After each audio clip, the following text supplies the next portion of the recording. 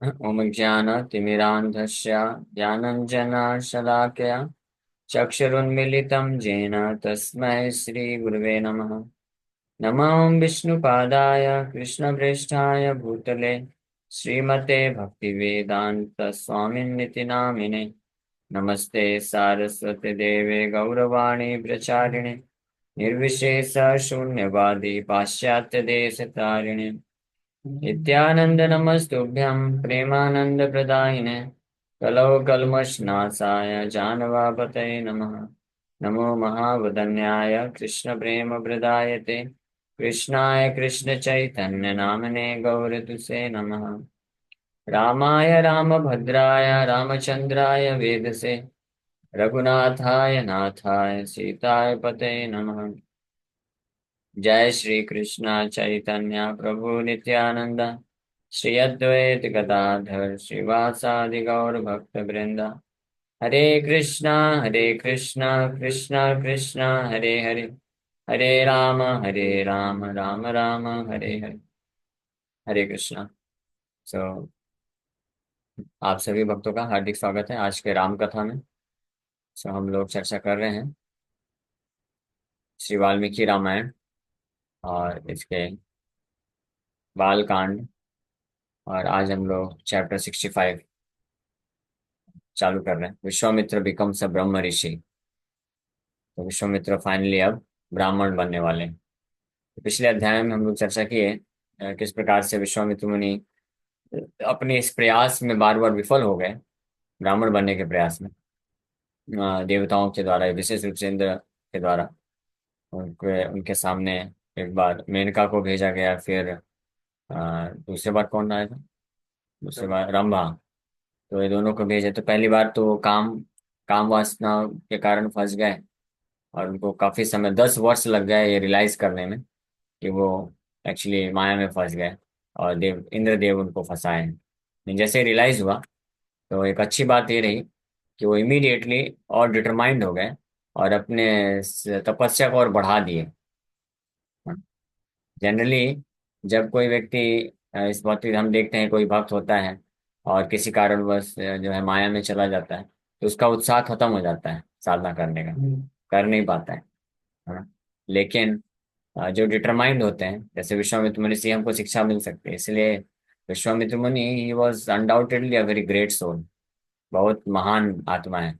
अ, अभी तो महान आत्मा ही है, अभी तो भगवान के रामचंद्र भगवान के महान शुद्ध भक्त हो चुके हैं। लेकिन पहले भी वो बहुत, he was a great soul, महाभाव, बहुत ही डिटरमाइंड। क्योंकि इस प्रकार से हजारों वर्ष तक तपस्या करने के बाद उनका प्रयास को पूरी तरीके से, तपस्या का जो फल है वो नष्ट हो गया। लेकिन उसके बाद भी वो हार नहीं मानी, फिर से चले गए। उस स्थान को छोड़ दिए वो और नॉर्थ में चले गए, हिमालय के तट में जाके तपस्या करना चालू कर दी। फिर वापस से जब 1000 वर्ष फिर तपस्या करते हैं और इस बार केवल सांस लेकर तपस्या कर रहे हैं, खाना पीना छोड़ दिए। हाँ, केवल सांस लेकर के तपस्या कर रहे थे। फिर 1000 वर्ष तक ऐसे तपस्या करते रहे। इंद्र फिर से इस बार मेन रंभा को भेजे। ब्रह्मा उनको फंसाने का प्रयास किया लेकिन इस बार फंसे नहीं। इमीडिएटली समझ गए कि ये देवताओं का कार्य है। लेकिन इस बार क्या हुआ, उनको क्रोध आ गया और उन्होंने क्रोध आकर के रंभा को शाप दे दिए कि आप 10,000 वर्षों तक पत्थर बन जाओ।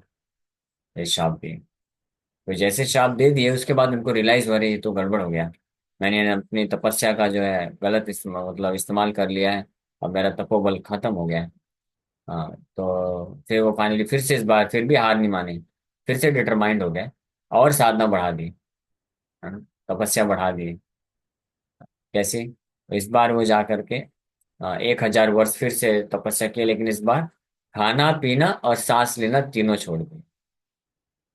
केवल दो पैर पे खड़ा होकर के, दोनों हाथ ऊपर करके और दिव्य तपस्या करना चालू कर दी। अब इसके पश्चात अब वो ब्रह्म ऋषि यानी ब्राह्मण बन जाएंगे, है। लेकिन अभी भी ब्राह्मण बनेंगे भगवान रामचंद्र का जब वास्तविक रूप में संग प्राप्त होगा और उनका जब सेवा करेंगे ना, तब वो वैष्णव बनते हैं। तो इस अध्याय में इसका वर्णन किया जाएगा, तो हम लोग विस्तार से चर्चा करेंगे। इसमें 37 श्लोक है, 2-3 दिन में इसका चर्चा चलेगा। सो अथ हैमवतीं राम दिशं त्यक्त्वा महामुनि पूर्वां दिशम अनुप्राप्य तपस्तेपे सुदारुणम. O Ram, the great sage Vishwamitra then gave up his residence in the Himalayas and reached the east. Then he performed extremely terrible austerities. है ना, पश्चिम से चालू किए थे, है ना, पहले साउथ में थे, फिर पश्चिम गए, फिर वहां पे मेनका, पुष्कर नदी, पुष्कर तालाब के पास तपस्या कर रहे थे, मेनका आई तो फंस गए, फिर उस स्थान को छोड़ करके उत्तर में पहुंच गए, है ना, हिमालय के तट पे, फिर तपस्या किए, फिर अम्बा के ऊपर क्रोध कर दिए, अब उसको छोड़ करके अब ईस्ट में जाते हैं, है ना, अब उनको सिद्धि मिलेगी. यानी अगर सिद्धि प्राप्त करना है तो गौर निताय के पास जाना पड़ेगा. पूरब में गौर निताय है ना, मायापुर, ईस्ट. हाँ, तो आपको परम सिद्धि मिल जाएगी. पूर्ण सिद्धि. तो यानी ईस्ट, पूर्व में जाकर के फिर अब वो तपस्या करना चालू कर देते हैं. And then he perform extremely terrible austerities. अब और भयानक तपस्या करना चालू कर दी.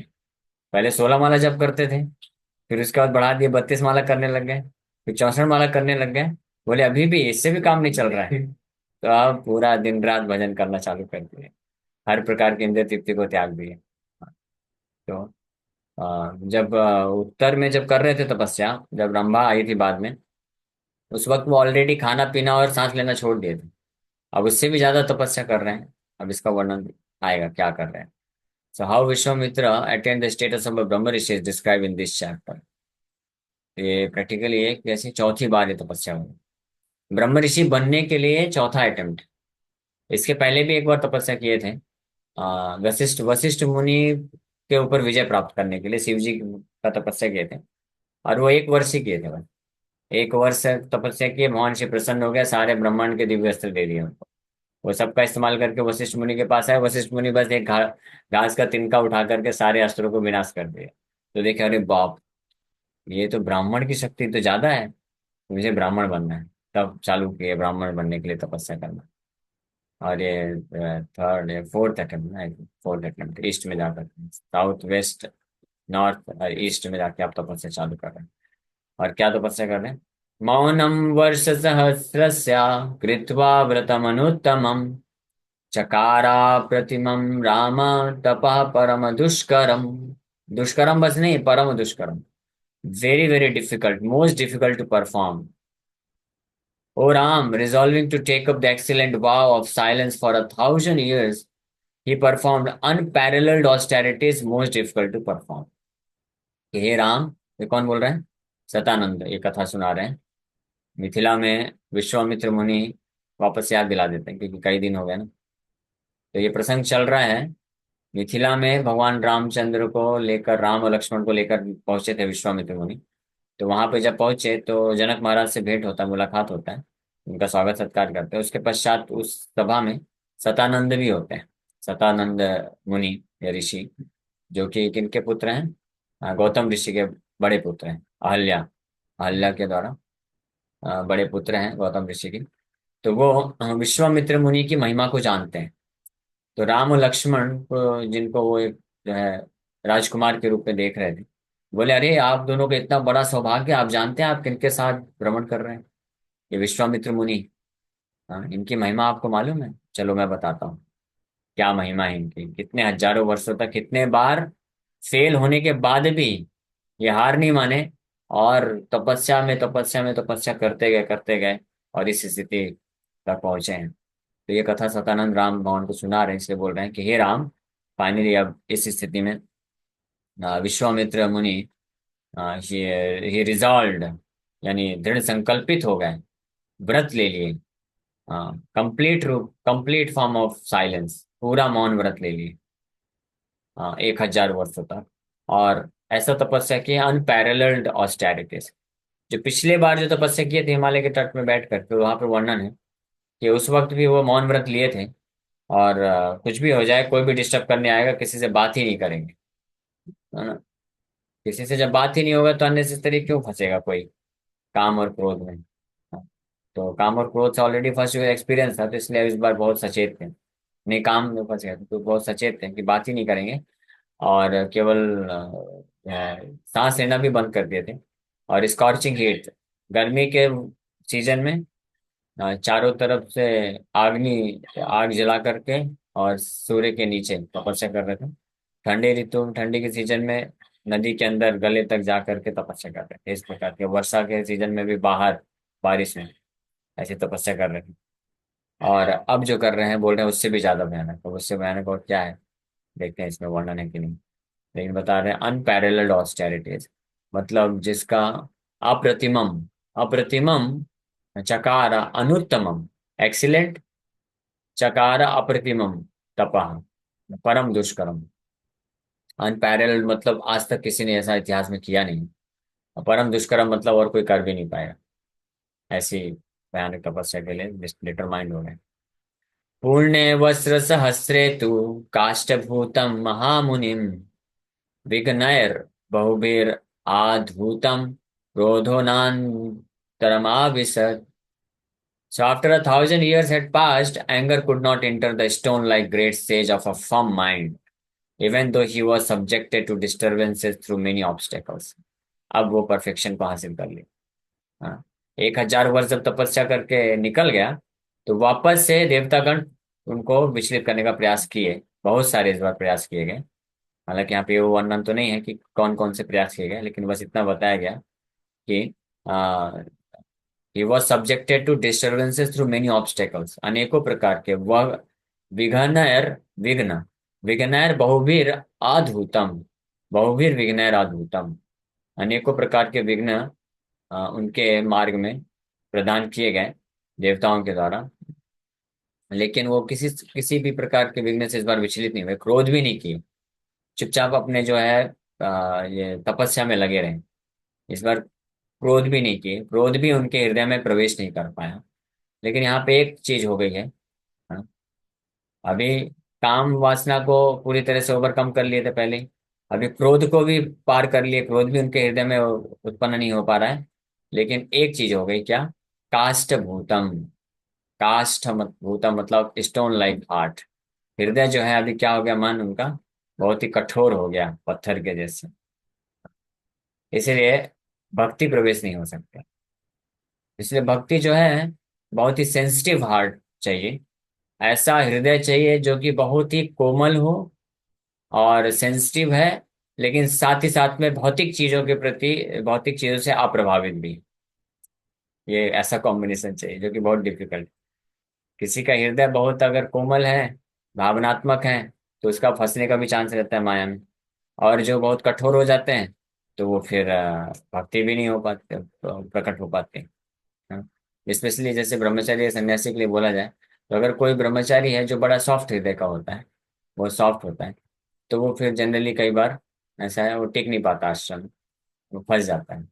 कोई ना कोई माता जी के संपर्क में आया तो सॉफ्ट तरीके से बातचीत चालू होती है, मना भी नहीं कर पाता है, बुरा लगेगा।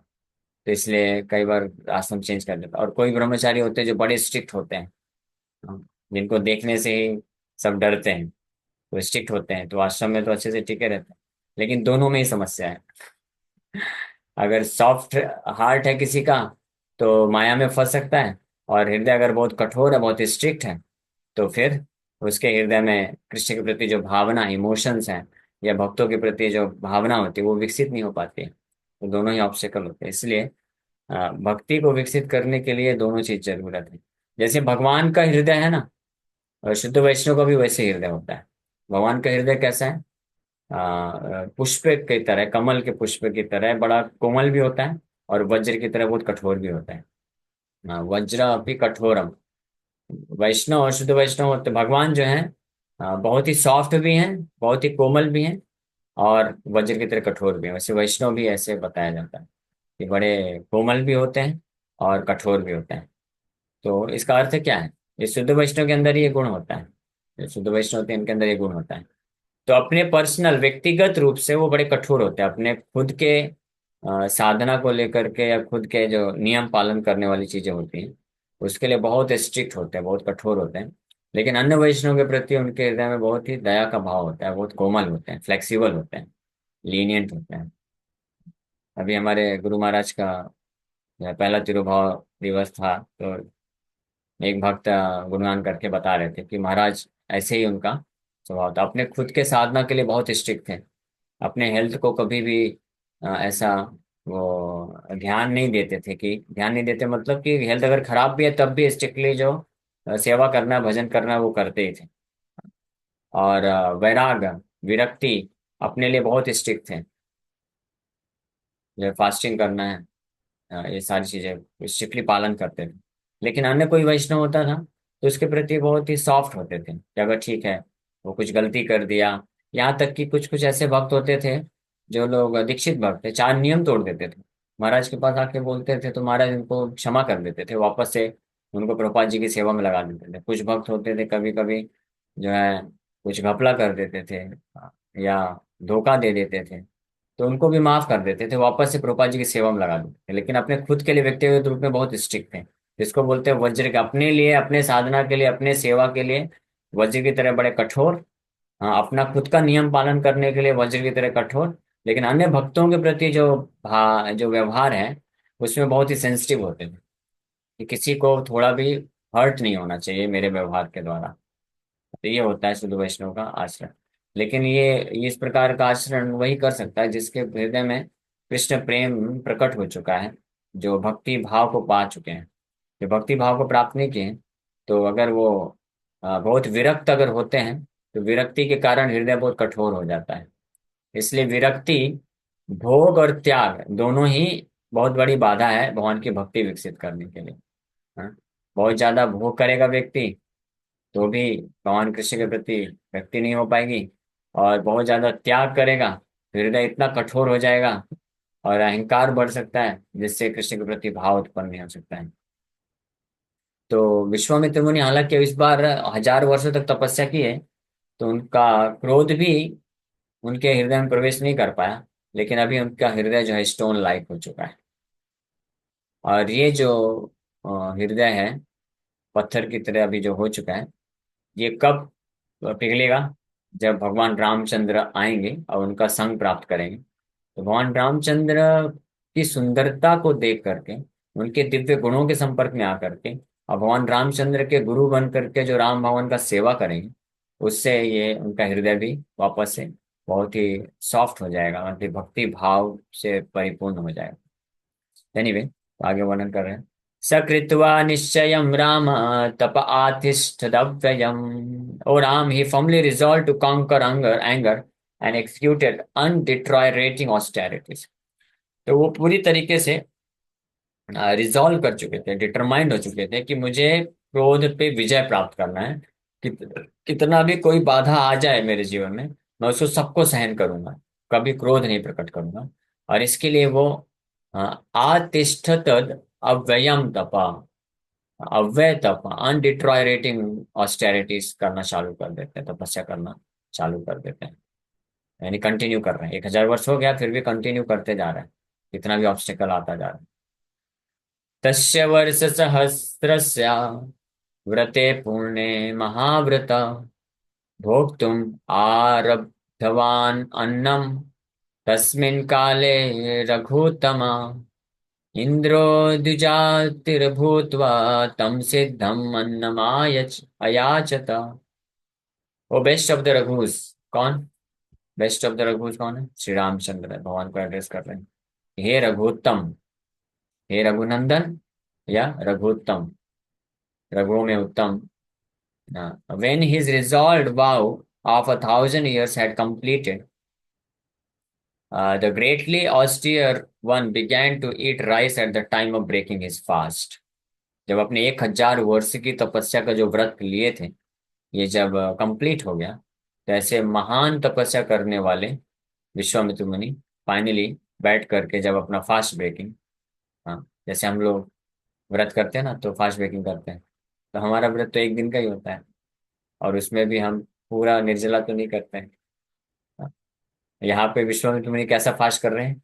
न केवल निर्जला कर रहे हैं, निर्वायु कर रहे हैं। वो जल भी नहीं पी रहे हैं, खाना पीना तो दूर की बात है, सांस भी नहीं ले रहे हैं। ऐसा तपस्या की है 1000 वर्षों तक, एक दिन नहीं 1000 वर्षों तक। अब जब वो व्रत कंप्लीट हो गया, उसके पश्चात अब वो फास्ट ब्रेकिंग कर रहे हैं, तो उस वक्त इंद्र आ जाते हैं, final attempt. Indra then assumed the form of a twice born and begged him for cooked rice.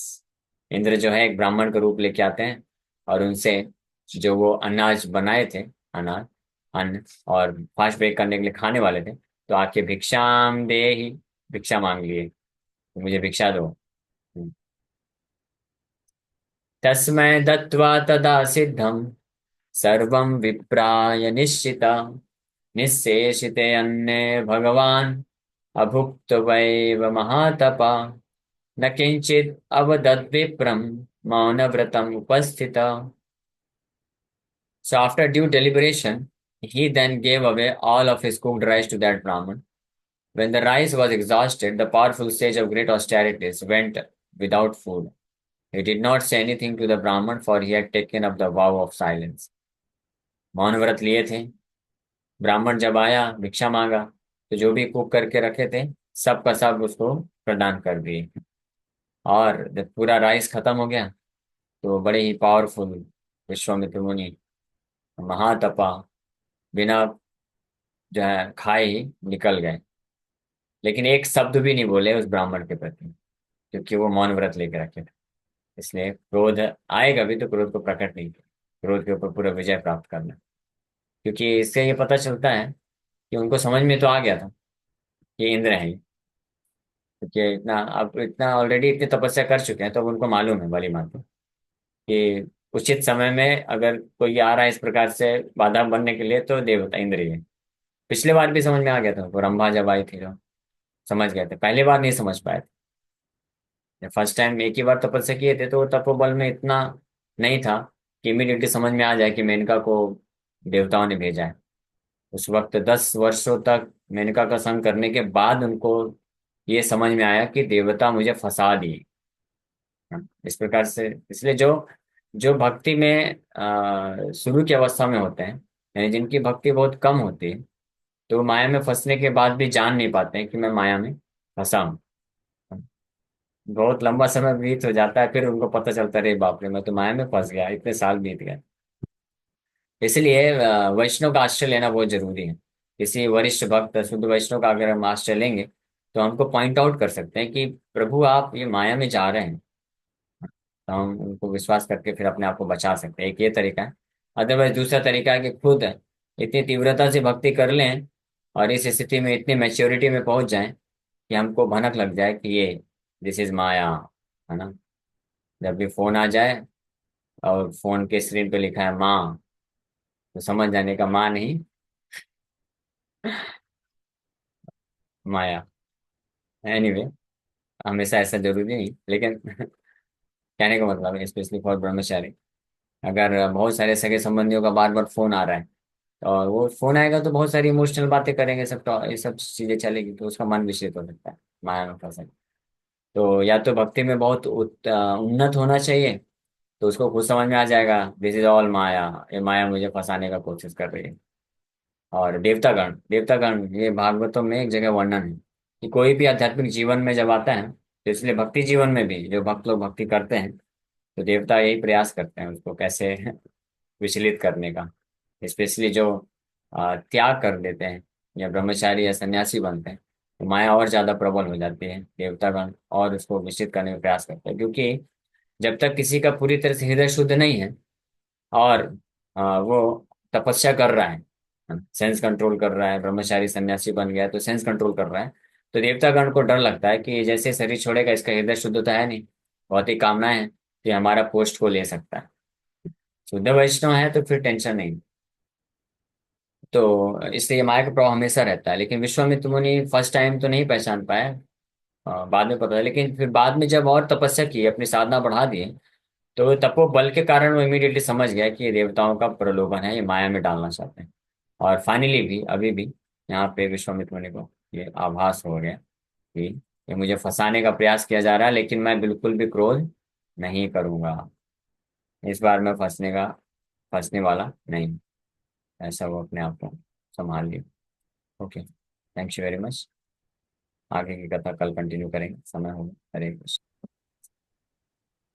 ये विश्वामित्र जी की तो फिर जो तपस्या कर रहे थे, तो इनकी तो भौतिक इच्छा हुई नहीं, जब ये ब्राह्मण बनना चाहते हैं, इसलिए कि इनको ब्राह्मण के तेज को देख के वो भी शक्ति प्राप्त प्राप्त करना चाहते थे। एक तरह से तो हाँ भौतिक इच्छा है नहीं ये फिर, तो शक्ति हाँ, ये तो प्राप्त करना। भौतिक, यस ये भौतिक ही हुआ। लेकिन इसमें उनको लाभ ये मिला क्योंकि अगर ब्राह्मण बनना है तो उनको ये तो समझ में आ गया मुझे सेंस कंट्रोल करना पड़ेगा। हाँ, काम क्रोध के ऊपर विजय प्राप्त करना पड़ेगा, तब मैं ब्राह्मण बन सकता हूँ, फिर ब्राह्मण के जैसी शक्ति हो सकती है। तो इसलिए वो तपस्या किए, और जब ये काम क्रोध ये सब पे विजय प्राप्त कर लिए, ब्राह्मण वास्तविक में बन जाएंगे, तो वहां से योग्यता मिलती है कि वहां से वो भगवान की भक्ति को प्राप्त कर सकते हैं। इसलिए ब्राह्मण बनना बहुत जरूरी है। ब्राह्मण मतलब समोदमो, इंद्रिय संयम होना, सात्विक होना, सात्विकता को के स्तर को प्राप्त करना जो कर लेता है, तो फिर वहां से उसके लिए आसान हो जाता है। किसी वैष्णव का अगर संग मिल गया तो बड़ी आसानी से वो फिर कृष्ण भक्ति को प्राप्त कर सकता है। ये एक अच्छा प्लेटफॉर्म है। ओके। हरे कृष्ण।